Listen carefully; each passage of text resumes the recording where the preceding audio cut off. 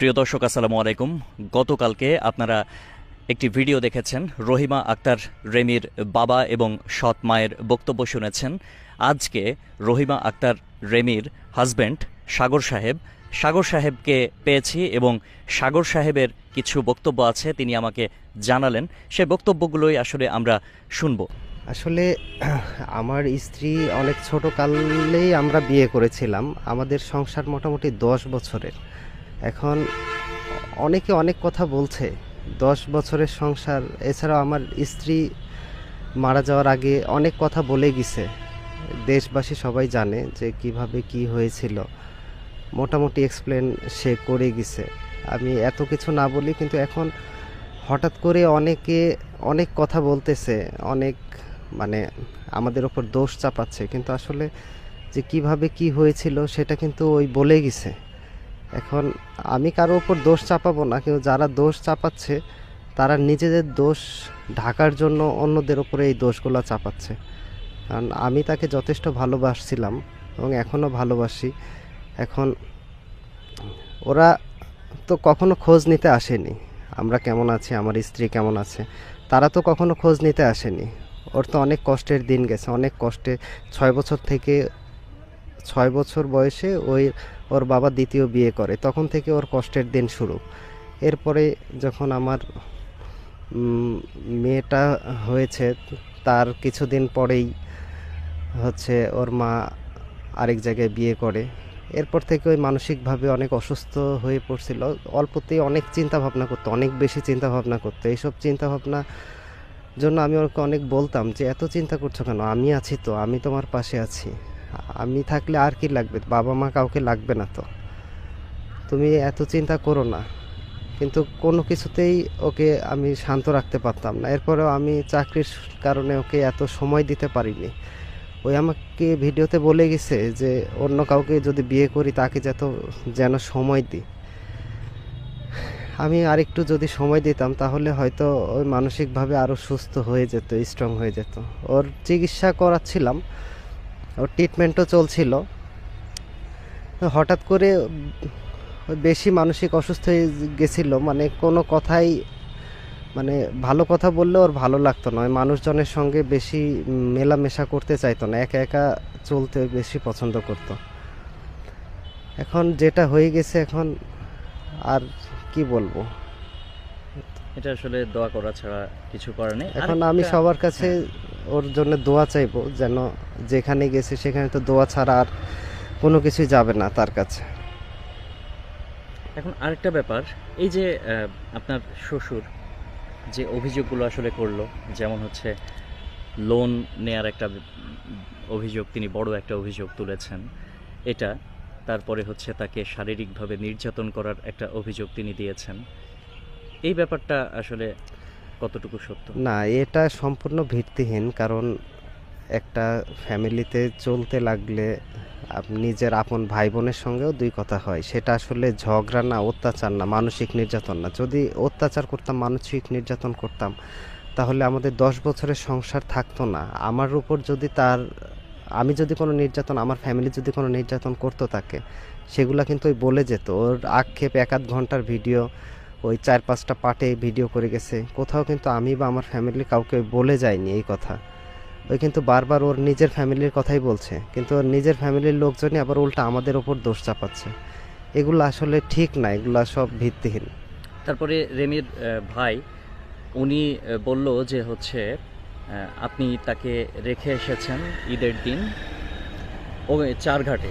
এখন হ্যাঁ, এখন সেদিন যে ঘটনাটা ঘটছে, সেদিন ওই আমাকে বলছিল যে আমার ভালো লাগছে না এখানে, আমার খুব খারাপ লাগছে, আমি বাবার বাসায় যাব।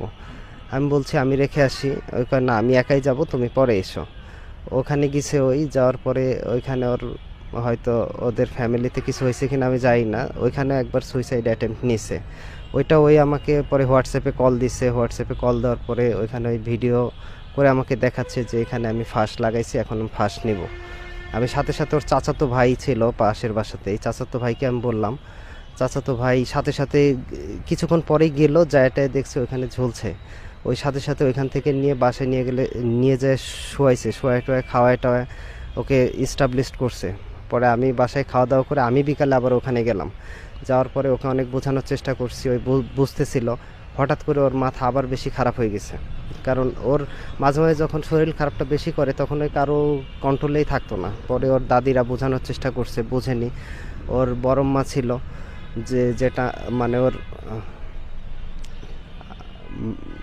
ওর ওর যে বড় মা বোঝানোর চেষ্টা করছে, ওই বুঝেনি। পরে শেষমেশ ওই খুবই এক্সাইটেড হয়েছিল। আমি বলছি যে আমি থাকি, নাইলে রাত্রে আমি এখানে থাকি, কারণ না আমি তোদের কাউকে এখানে আমি সহ্য করব না, যদি থাকিস আমি যে কোনো জায়গায় আমি আশপাশে যে গলায় দড়ি দিব আমি। পরে আমি বুঝাই টুঝাই রেখে চলে আসতে লাগছিলাম, পরে ওই থাকবে না। এরপরে আমাকে আবার ওর ভাই ছিল না, ওর ভাই ছিল বাইরে, ওইখানে ওর দাদি ছিল। ওর ভাই আবার ফোন দিছে যে ভাই তাড়াতাড়ি বাসায় যান, আপু আবার কেমন করছে।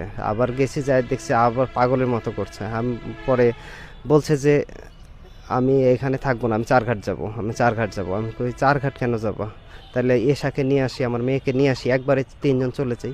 কয় না আমি ওইখানে কাউকে অ্যালাউ করবো না, আমি একা একা থাকলে আমি ভালো লাগবে। এছাড়াও এর আগেও একা একা থাকছে বাসায়, একা একা থাকলে একা একা সাজগুজ করে, ওর ভালো লাগে। আমি এত কিছু ভাবিনি। আমি যেতে যেতে ওই সন্ধ্যা 7:15-তে রওনা দিছি। আমি যেতে যেতেই ওর মন হালকা হয়ে গেছে, আমার সাথে হাসি খুশি করে কথা বলছে যে না কিছু করব না। আমি বলছি জান দেখো কিছু করো না, আমাকে ছুঁয়ে প্রমিস করছে আমি কিচ্ছু করব না।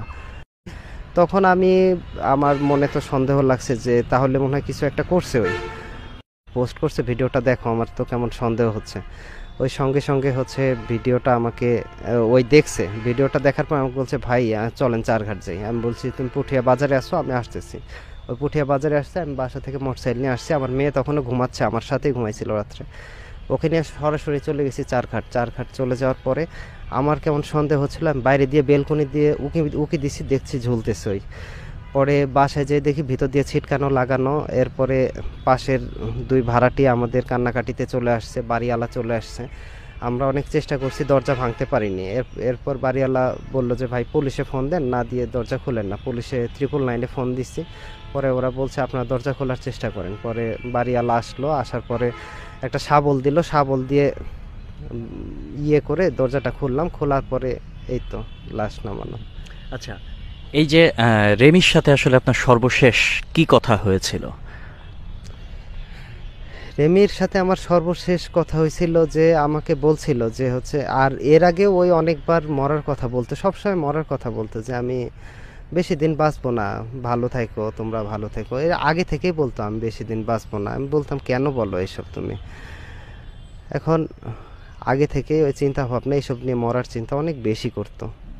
এখন ওর সাথে বেশি আমার কথা হয়নি, ওই শুধু যে চারঘাট গেছিলাম ওইটুকু বলছিল। রাত্রে আবার একবার বলছিল মেয়েটাকে দেখে রাখো, ভালো থাকো। আমি বলছি এইসব কেন বলছো, পাগল টাগল হয়েছো নাকি তুমি, এইসব করো না। আবার বলছে না আমি কিছু করবো না, প্রমিস করছি তোমাকে কিছু করবো না। আমি বলছি আমি কি রাত্রে নিশ্চিন্তে ঘুমাবো নাকি না চিন্তা নিয়ে ঘুমাবো? নিশ্চিন্তে ঘুমাও, কোনো সমস্যা নেই, আমি কিচ্ছু করবো না। এই তো ক্লোজ করে দিই ভাই, শেষ। না না না ভাই সময় নাই ভাই, আমার অনেক বলছি, মানে আর বলার মতো নেই। 12:17 বাজে ভাই। আচ্ছা আচ্ছা, কথা হবে ভাই, ঠিক আছে, হ্যাঁ ইনশাল্লাহ। হ্যাঁ, প্রিয় দর্শক, রহিমা আক্তার রেমির এই আলোচিত ঘটনাটা আপাতত আসলে ধোঁয়াশায় থাকছে। তবে আমরা যতদূর জানতে পেরেছি, রহিমা আক্তার রেমির বাবা গতকালকে জানিয়েছেন, তার সৎ মাও গতকালকে জানিয়েছেন যে তারা কোর্টে গিয়ে মামলা করবেন। তবে রেমির হাজব্যান্ডের বক্তব্য হচ্ছে যে তিনি কোনো মামলা মোকদ্দমায় যেতে চান না। তবে রেমির বাবা মা যদি মামলা করে থাকে সেক্ষেত্রে তারা পরবর্তীতে তিনি ভেবেচিন্তে সিদ্ধান্ত নেবেন যে কি করা যায়।